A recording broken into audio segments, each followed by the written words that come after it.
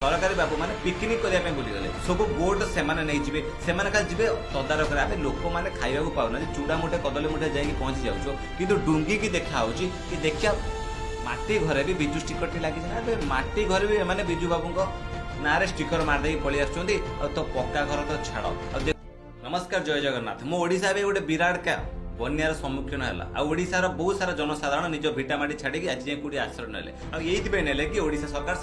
से मुंड उपर गोटे छात घरटे दे पारे दायी कि आपड़ किए कौन कि केंद्र सरकार दायी कि केंद्र दे पारा नहीं केंद्र माने घर अटकई रखी कि बिजु बाबू ना जो बिजु गुड़ियाटे होता आसिक 22 वर्ष है गोटे सरकार स्थिर सरकार बसी से ओडिशावासी कौन पाई पारुनी ये देखुते गोटे पोलो हेल्ले दी साइड स्टिकर मारी दीपटर पाम्पलेट मारे अच्छी देखुते आडभर्टाइजमेंट कोटी कोटी टका खर्च कराया अच्छी लोक छात देवाई जदि भी केंद्र सरकार देलानी देजी ना से तो मुझे कहबी यदि केंद्र सरकार देला ना आपण मैंने बिजु बाबू ना बिजु कुड़िया कम करते बंद कर दिंतु किंतु प्रधानमंत्री आवास घर आगे बिजु बाबू स्टिकर टी लगे बिजु पक्का घर टी लगे भूलें देखुए कि एत बड़ बन्या गला सरकारी बाबू अधिक समाजसेवी भाई मैंने लोक पाखे ढड़ा होती लोक मैंने सहयोग कर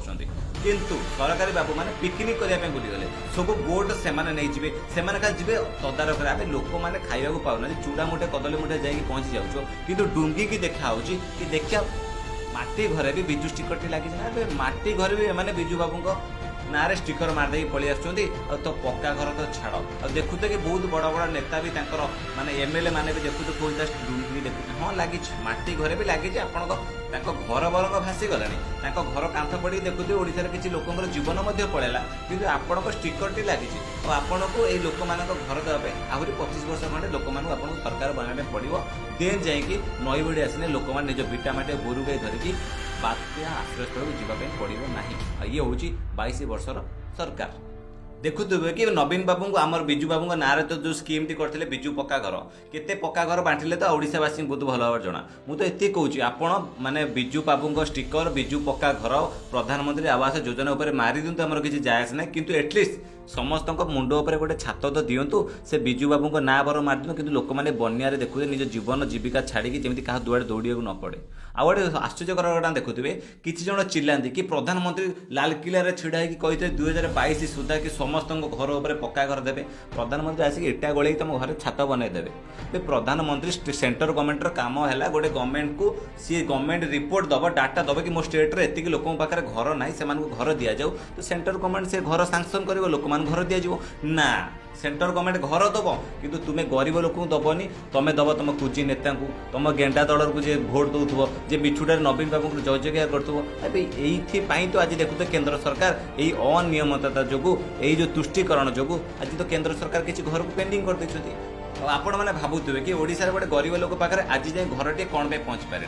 पहुँची न पार रिजन हूँ कि आम ओडिशा सरकार मनमुखी शासन जो माने जो बांटबार ना बंटन व्यवस्था ना माने जमीन आसमान फरक केते कौन बंटा जो ग्यारंटी ना कौ डिस्ट्रिक्ट को देखुते मेचे देते कौ डिस्ट्रिक्ट केंचे माने ता सांग को ये जो माने कोना जो नेता मंत्री जो सब अच्छा ना पदाधिकारी बाबू मैंने से लांचटी आगे न पहुँचे घर सांसन होबार ना ही ना आसे देखुते गोटे गरीब लोक खटुखिया लोकटी से 10,000 टଙ୍କା आणिक दब कौटू कि लांच देले घर सांसन हम से भाव मुझे एमती बर कुड़िया बंची बंची मरीजी मोर छात दरकार ना ता सांग को 10,000 टଙ୍କା मुझे कौट आनीदेवी और देखुदेवे कि जो केंद्र मंत्री अच्छा गिरिराज सिंह सी अलरेडी माने कही सारी कि जदि ओडिशा सरकार से लिखित हिसाब से कह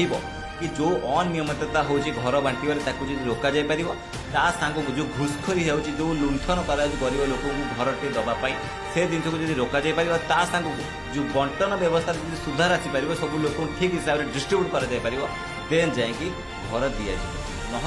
घर जिते भी देले 8 लाख कौन आगे 80 लाख घर देले भी ओडिशा गरीब लोकटी मुंडर छात रही कारण ये तेलिया मुंडे तेल दे जाऊँ आउरी गोटे कथा रहा आप भावुन केवल सरकार भूल लोकंर किसी भूल ना लोकंर बहुत भूल अच्छे देखुते समुदाय 1.5 लाख टଙ୍କା मिलूँ घरटे पाए कि लोक जिते घरटे आसो ना सी एकाद्रे 4 बखरा करद माने माने सी 1.5 लाख टଙ୍କା भावुची कि मुझे 4 बखरा घर करदेवी आपण मैंने जानते गोटे घर स्टेप स्टेज बिल हुए तो देखुए कि जदि मोर 1.5 लाख टଙ୍କା घर आसे गोटे रूम पाए माने गोटे गरीब लोक मुंडटे गुंजापी गोटे रूम पाई केंद्र सरकार पैसा दौरान किंतु एठी लोकटी एते चालाक सी एकाधर 4 बखरा करदब 4 बखरा 1.5 लाख टଙ୍କା कुआड़ हम अधा खंडिया पड़े ओडिशा रे 70% रु अधिक घर खंडिया होगी पड़ी कौन पाई ना ତାକୁ ସରକାରୀ ବାବୁ ମାନେ ରିପ୍ରେଜେଣ୍ଟ କରୁନା। ଯେତେବେଳେ ଗୋଟେ ଗରିବ ଲୋକ ଘର କରୁଛି ତାକୁ ତ ଏଟଲିଷ୍ଟ ଏତିକି କୁହ, ଯଦି ତୋ ପାଖରେ ପଇସା ଅଛି ତୁ 4 ବଖରା କର, ନହେଲେ ଗୋଟିଏ ବଖରା କର। 1.5 ଲକ୍ଷ ଟଙ୍କାର 4 ବଖରା କେମିତି ଆଉ ତୁ କହୁ 1.5 ଲକ୍ଷ ଟଙ୍କାରେ ମୁଁ ଗୋଟେ ରାଜମହଲ ବନେଇଦେବି। ସେଥିପାଇଁ ତ ଏ ଜିନିଷ ଘଟୁଛି। ତ ଦେଖୁଥିବେ 90% ଲୋକ ଓଡ଼ିଶାରେ ଘର ପଇସା ଉଠେଇ ଦେଉଛନ୍ତି, ତାକୁ ଖାଇ ଦେଉଛନ୍ତି, କି ଘର ଆରମ୍ଭ କରୁନାହାନ୍ତି। ତ ଏଇ ଜିନିଷ ପାଇଁ ବି ଲୋକମାନେ ଘର କରିପାରୁନାହାନ୍ତି। ମୁଁ ତ ଏତିକି ଗ୍ୟାରେଣ୍ଟି ଦେବି, କେନ୍ଦ୍ର ସରକାର ହଉ, ରାଜ୍ୟ ସରକାର ହଉ, ଯେତେ ବି ସ୍କିମ୍ ହଉ, ଆହୁରି 50 ବର୍ଷ ଲାଗିଯାଉ, ଓଡ଼ିଶା କ'ଣ ପୁରା ଦେଶରେ ସବୁ ଗରିବ ଲୋକଙ୍କ ମୁଣ୍ଡ ଉପରେ ଛାତଟିଏ ରହିପାରିବ ନାହିଁ। କାରଣ ଯେଉଁ ଲୋକମାନେ ନିଜେ ନ ଚାହିଁବେ ତମେ କେମିତି ଛାତଟିଏ କରିବ ୟାର। ସେମାନେ ତ ପଇସା ଉଠେଇକି ଚଳୁ କରିଦେବେ। 10,000 ଟଙ୍କା ପ୍ରଥମ କିସ୍ତି ମିଳିବ, ତାକୁ ସେ ଖାଇଦେବେ। ତ ଘର କେମିତି ହେବ? ଏମିତି ହିଁ ପଡ଼ି ରହିଛି। ସେଥିପାଇଁ ସରକାର ଏଥିପ୍ରତି ଟିକେ ଧ୍ୟାନ ଦିଅନ୍ତୁ। ଓ ଏଟଲିଷ୍ଟ এই যে লাঞ্চ ঘুষখোরি, এই যে অনিয়মিততা বন্ধ করতু। কেন্দ্র সরকার যে 8 লক্ষ টাকা ঘর পেন্ডিং পড়ছি, মু তো গোটে ওড়িশার জনসাধারণ বেশি অনুরোধ করবি সে ঘর ডিস্ট্রিব্ୟୁଟ୍ କରାଯାଏ। ଆଉ ଓଡ଼ିଶା ସରକାର ତାକୁ ତଦାରଖ କରିକି ଲୋକମାନଙ୍କର ପହଞ୍ଚୁ। ଏଟଲିଷ୍ଟ ଆଗାମୀ ବନ୍ୟାରେ ଯେମିତି ଗୋଟେ ଗରିବ ଲୋକଟେ ନିଜ ଇଟା ମାଟି ଛାଡ଼ିକି ଜୀବନ ବଞ୍ଚାଇବେ ସ୍ଥାନାନ୍ତରିତ। ଜୟ ଜଗନ୍ନାଥ।